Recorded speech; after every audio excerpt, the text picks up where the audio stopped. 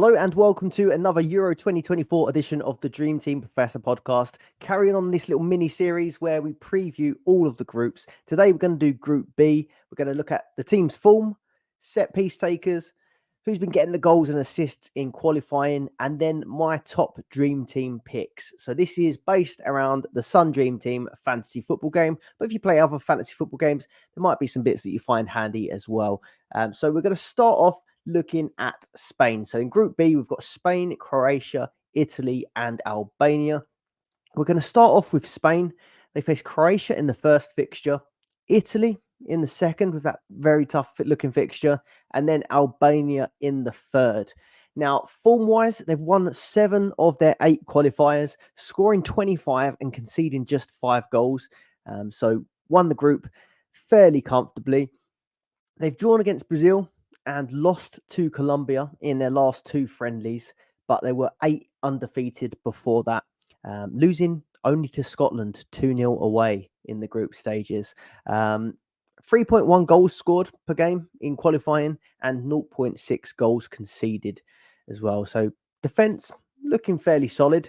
As you can see, I've got the sofa score scores on the left-hand side, and then I'm using FB Ref just for the group table in the bottom left corner if you're watching on YouTube. Set piece takers. Now, Rodri looks like he's going to be the penalty taker, which seems quite strange. He's scored 2 in the recent 3-3 draw against Brazil. Morata took the one before that, but he was on the pitch when Rodri scored the recent 2 penalties. So it looks like Rodri is above Morata in the pecking order. Free kicks. Now, we're going to talk a bit about Grimaldo later on for my player picks, but Grimaldo is down there if he starts. Olmo also potentially, but there's question marks again whether or not he starts. We're going to sort of see that there are a lot of question marks around who is going to be starting for this Spain team. Corners, Grimaldo if he's on, Yamal or Williams playing on either side can also take corners. Top goal scorers in qualifying, you've got Morata with 4 and Joselu with 4.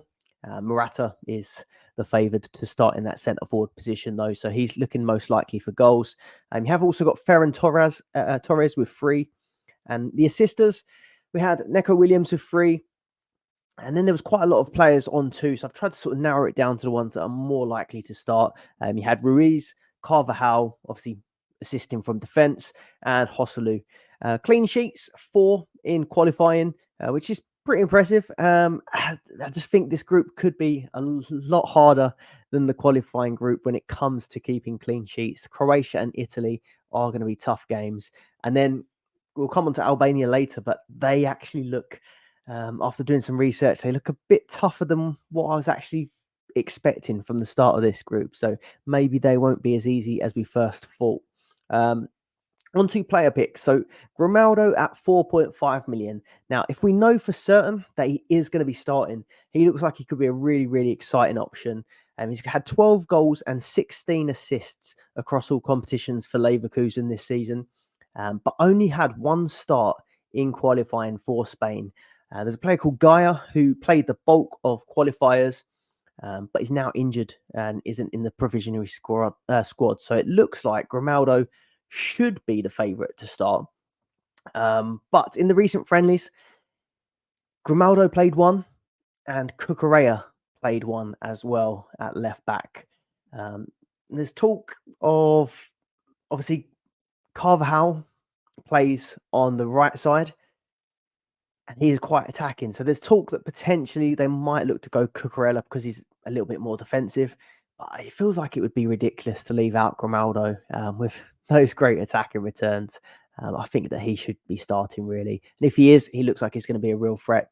And there was also a player called Garcia who had played there in a few other games as well. So the real question mark comes down to really these last 2 friendlies before the start of the competition. You've got Spain versus Andorra and Spain versus Northern Ireland. So hopefully we'll get to see that Grimaldo starts in those. And if it looks like he does, then I think he's going to be a really, really good pick. Neco Williams, 4 million, should be starting left wing. In a lot of the predicted lineups I've seen, he's starting at left wing. 1 goal, 3 assists in 2 starts for qualifying, having 2 off the bench. So again, only starting 2 out of the 8 qualifiers is a little bit worrying. But the Spain squad was quite like that when I looked. There were a lot of players that hadn't played that many matches, quite a bit of rotation with different players and quite a lot of options. But if he is starting, he looks like he could be a really, really exciting option. Our friends at ffstuff.co.uk have put together some player data for the Euros, sort of looking into how players have done in the qualifiers and then converting that into what would be Sun Dream Team points. So really, really handy tool for your planning.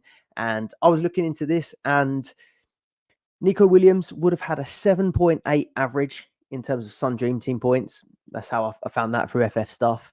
But obviously, that is a small sample size. He has only had 2 starts. So maybe if he started more, the points average would have been less. But I still thought that was really, really exciting. Yamal was someone that I would have put ahead of Nico Williams if I hadn't have seen the FF Stuff stats. I think he's tipped to start on the right-hand side and looks a really, really good option too. Also had 2 starts, 2 sub appearances, and a 7.3 average in Dream Team points. Again, a small sample size, but does look a really, really exciting pick, the Barca player.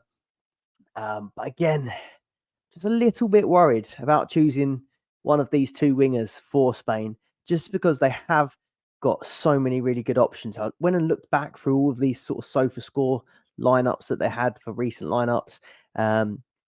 And you had Oyarzabal, sorry, I've probably butchered that. Torres, and I did put I promise you I put Olmo, but it looks like it's auto corrected that to Elmo on my slide. So I'm going to keep that there. Elmo, all can play in those wing positions, or all have played in those wing positions. So Olmo, Torres, and Oyarzabal have all played on the wings at times for Spain in qualifying. So it does look a little bit worrying.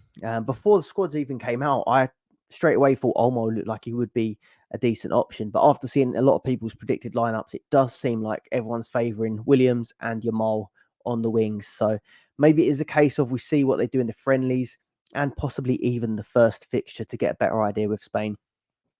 So because these options do look a bit unreliable when it comes to starts, I've done a few safer but less exciting options. Because on Dream Team, you don't get to see the lineups before you submit your team. I think it's probably going to be the best bet to go for players that are safer for starts, and they don't come much safer than Rodri. 4 million, seems to be on penalties, like I mentioned. Only 1 assist in qualifying, which off the back of a season for City where he scored 9 goals and got 14 assists. 1 assist does seem a little bit disappointing, but it's across a lot less games. He had a 5.5 average for City, and on FF Stuff, he would have had a 4.6 average rating for Spain in these qualifiers. So pretty consistent. We know that he starts the bulk of games. And if you're looking for a safer pick, Rodri would be the one. Carvajal, I mentioned him, 4 million. I mean, I don't think he's as exciting as Grimaldo would be if he's starting. Comes in at 0.5 cheaper. But again, you just know that he is going to be starting. Had 8 appearances in the qualifiers, so played all of them. Actually, I think it was one off the bench. Let me just double check that one. Carvajal was 8 appearances, but 6 of them were starts, 2 off the bench. And then Rodri was 7 starts out of 8 as well. So both pretty nailed. 2 assists from 8 in qualifying, and then 6.4 average for Carvajal. So he does look a safer option if you're not quite sure about whether or not we can go for Grimaldo.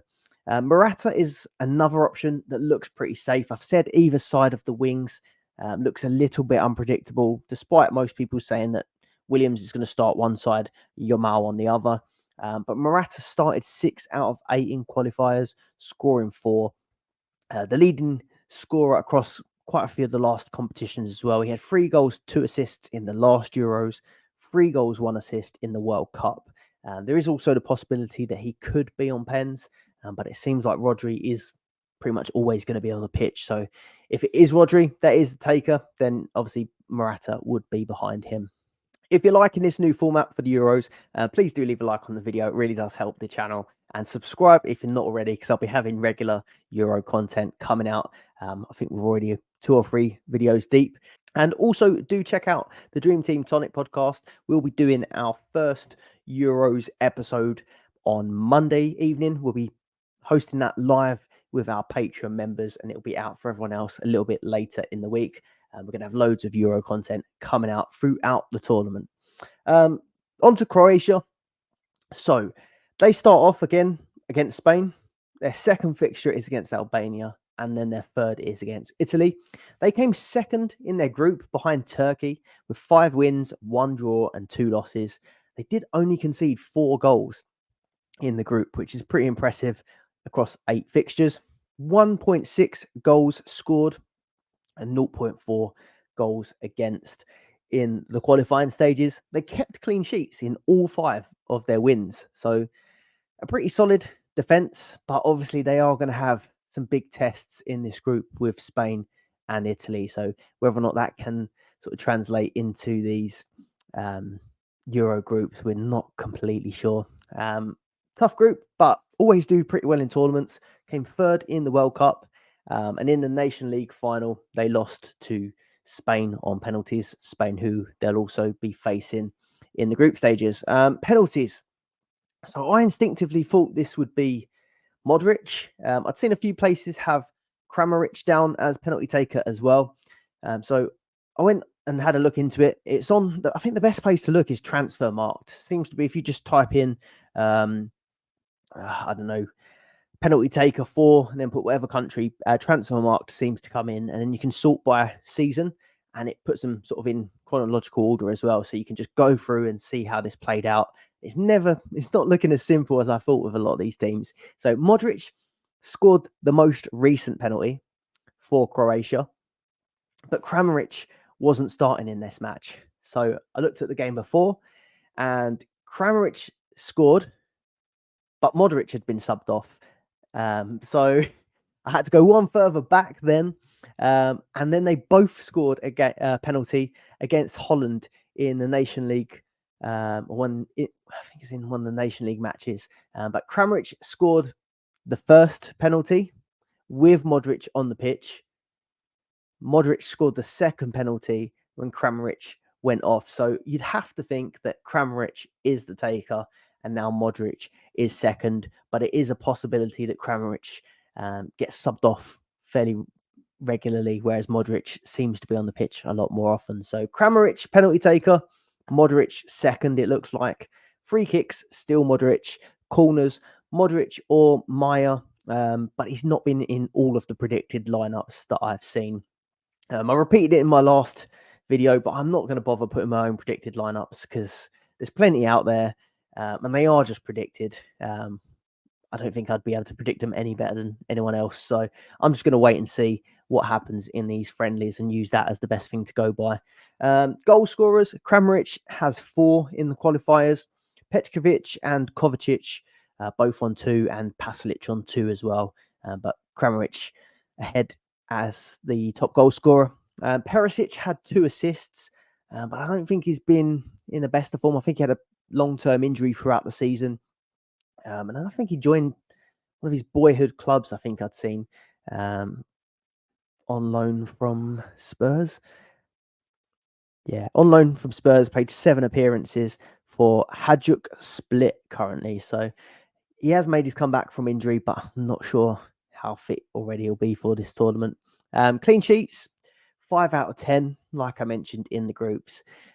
But against Spain, against Italy, I don't know how confident I am that they will keep a clean sheet. And even Albania are looking a tougher test than what I first thought. Favourite options. So Modric started 8 out of the 8 and averaged 85 minutes. So although he is getting on a little bit, he still seems to be putting the minutes in and still seems to be available for most of the games. So I think Modric is my favourite option. No attacking returns, though, in qualifying, even being one of the penalty takers. 4.9 average he would have got based on Dream Team point scoring, and he had 7.9 player performance marks on average. So that's pretty high when it comes to getting bonus points. He would have been the most likely player to get bonus points in the Croatia side.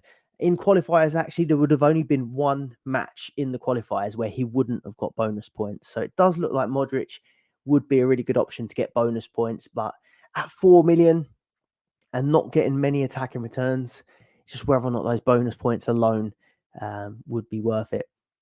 Vardy at 4 million, I quite like him, but I think a lot of it is the Man City bias and the recent form from the Man City season. And he's going to be playing a completely different role to what he has been playing for City in these last few weeks. He started 8 out of 8 and an 84-minute average, so now at the back for Croatia.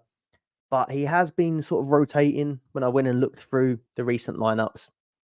Majority of the time left centre-back, sometime at left-back, but he's not going to be playing that really high attacking left wing that we'd seen for City at the end of the season. So at 4 million and going up against Spain and Italy, I don't think it is the best option, to be honest. I'm not certain that I'll be choosing it. If I did, it might be for that Albania fixture in the middle as sort of a hop on.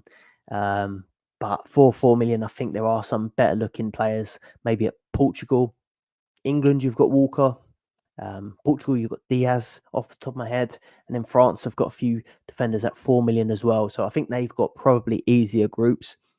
If you did want to maybe jump on for that Albania fixture and then move it on again, there is Sutalo at 3 million, who started 7 and seems like he'll be the other centre-back if you're looking to target that clean sheet, but you didn't want to spend 4 million, you could drop down to 3. Didn't look like there'd be that much difference between points. But overall, I don't think this is the best group for defence. So mostly just Modric for me. Kramaric obviously has scored goals and is on penalties, but I think there's better strikers as well. On to Italy next. So previous winners of Euro 2020, obviously beating England. So got the upper hand on England that time, but come second in their group behind England. So we got the last laugh, or the most recent laugh. I think I'd have rather taken Euro 2020, but qualified second behind the mighty England. 4 wins, 2 draws, 2 losses, 3 clean sheets in qualifying. However, not to take it away from you, but 2 of those clean sheets came to bottom of the league, Malta. 2 goals scored per game, 1.1 goals conceded per game. On penalties, again, this was another... I thought it'd be as easy as just going and typing the penalty takers, and this guy's always taking penalties. But we've got Jorginho, Chiesa, and Scamacca potentially for penalties. So this is the backstory behind the penalty takers. Jorginho took the last one and missed it. Immobile took the one before that, but isn't in the squad. Jorginho took the last 2 before that one and missed those as well. So I think it's 3 misses in a row for Jorginho. And then I think Belotti and Immobile took ones before that, but neither are in the squad for this Euro. So it looks like it could potentially be Jorginho, but I have seen people saying Chiesa, I think, has taken a couple this season, and Scamacca also has taken some. So maybe they'll give it to one of those. Jorginho did score 1 this season for Arsenal, so I don't think he's completely off the back of these misses. But yeah, again, a little bit of uncertainty with the penalty taker. Free kicks, Barella and Chiesa. Corners, Barella and Chiesa. Goals, there's someone called Fratesi who scored 3, but he's not been in any of the predicted lineups that I've seen. So I guess we don't pay too much attention to that. Chiesa has 2 assists. Barella has had 3 in qualifiers. And then the clean sheets I mentioned, 2 against Malta in qualifying. So let's look at some player picks. The 2 wing backs are the ones that are looking the most enticing. So you've got DeMarco at 4 million playing at left wing back. He's had 5 starts. And one thing to mention, I'm going to talk about starts, but obviously they played 8 games in qualifiers. Maldini was the manager and got sacked, I think, 2 qualifiers in, and then Spalletti become the new manager. And I think that's probably down to why the sort of appearance numbers are so inconsistent. There's so many players on low numbers of appearances compared to some of the other clubs. So maybe it was a case of trying new things, trying new players. But DeMarco and Di Lorenzo, who I'm going to mention, actually looked one of the higher looking for appearances. So DeMarco, 5 starts. He's my favoured out of the two of these sort of wing backs.